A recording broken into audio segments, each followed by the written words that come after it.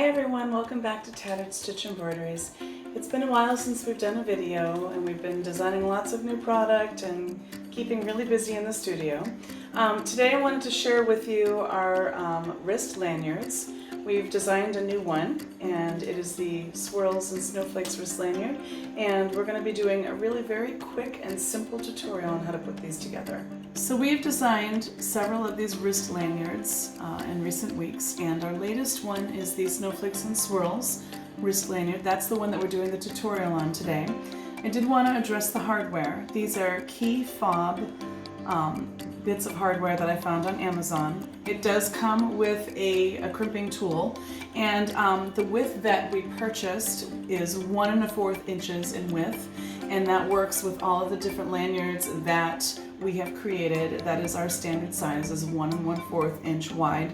So when you go to buy the crimper and the fobs, that's the size that you're going to want to get. Okay, so I have hooped my stitch and tear stabilizer. The first thing I'm going to do is I'm going to start this pattern off by running my placement stitch.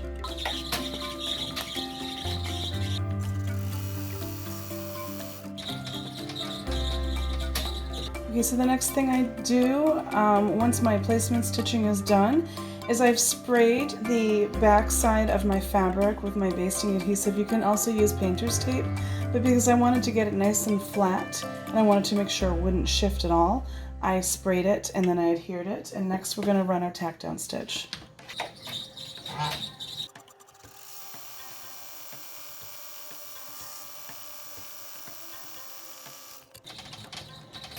Okay, now that the tack down stitch is done, we're just going to run the main design, and I'm going to do it in a dark blue so that you can see the stitching, and I think it'll be really pretty that way too.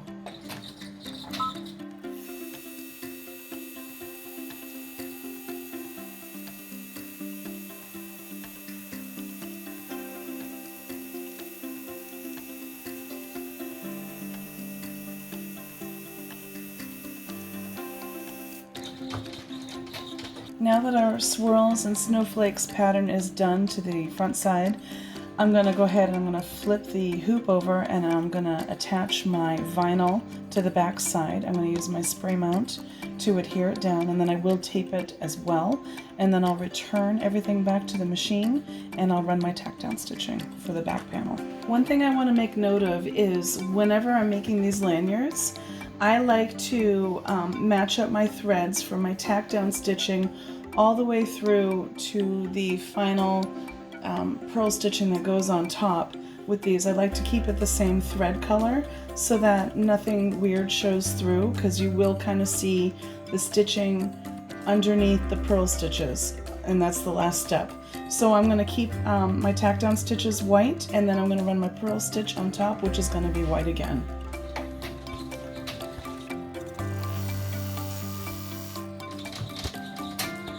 Now we're going into the purl stitch, which is the last stitch for this project.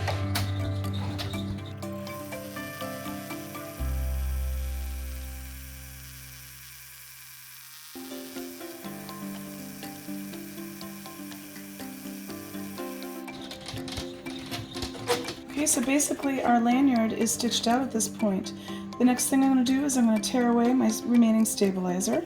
I'm going to use my pinking shears to get a nice little decorative edge cut. And this is also kind of like raw edge embroidery, so I do want to use pinking shears since I didn't use vinyl so that nothing frays. And then I'm going to show you how to set the hardware. Okay, so on Amazon, nice little plug, I found 1 1/4 inch wide key fob hardware. So that's what we're going to use. It's 1 1/4 inch wide, and they also have the tool that you use for setting it. And setting it is pretty easy. You take your piece, you fold it in half, you add your little piece down, and if you'll notice, it fits perfectly. And then from here, you carefully grab onto it, make sure that everything's kind of lined up and centered as best as you can, and squeeze. And there you go. You have a nice little wrist bracelet or wrist lanyard. And this one's the 6x10, so it's big enough to get my hand through. So thanks for stopping by today. I know it was a super quick and simple project to do, but we really appreciate you stopping by, and have a great day.